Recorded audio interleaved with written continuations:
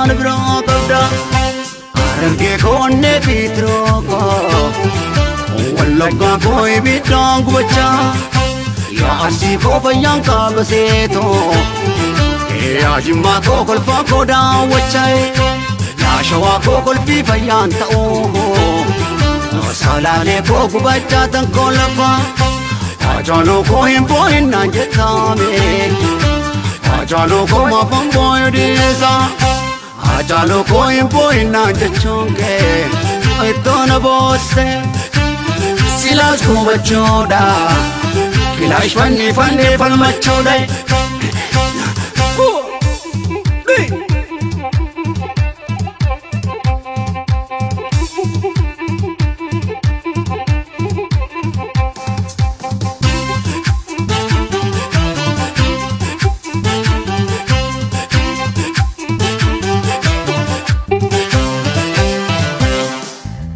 Galatarraan fadhamuu miti qeerroo koo kanaatiin volte qulqulluu mirga koo falmattu dhiigni kee bilisummaa ta'u.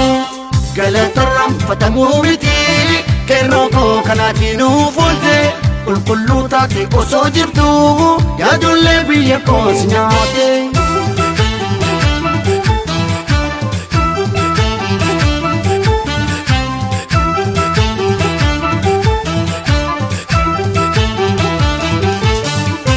Andabe guma ki waan baasun wobo wala kuma male qeerroo koo bilisummaa malee bule khura oromoo kumbadu oromoo jaaddu arralee saba koo jaaddu borulee jechiko gocha keenin kitaatu wobo galatoo bimbalee qeerroo koo galatoo bimbalee. Wobo galatoo malee qeerroo galatoo malee qarree galatoo malee qeerroo galatoo malee.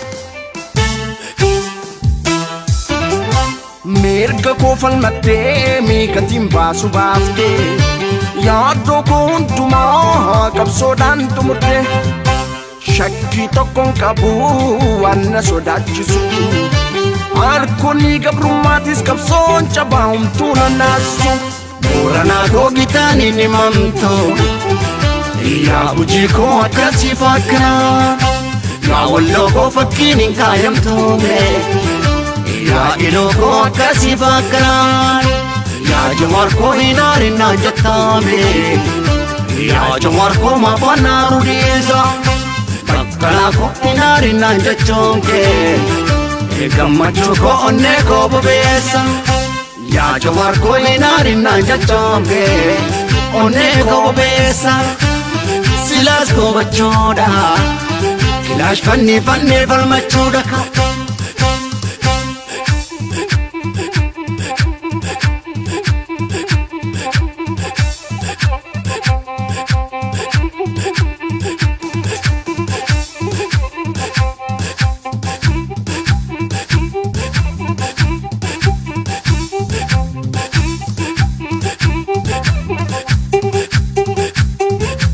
Booranaa googitaani ni mamto yaa hojii koo akkasii fakkaa yaa walloo koo fakkiin hin kaayamtoome yaa iloo koo akkasii fakkaa yaa jawaar koo hin aarinnaan jettaame yaa jawaar koo maafaan naaru dhiisa bakkalaa koo hin aarinnaan jechoon kee gammachuu koo onnee koo bobeessa. yaa jawaar koo hin aarinnaan jechoon kee onnee koo bobeessa silaas gubachuudha kilaash fannee falmachuudha.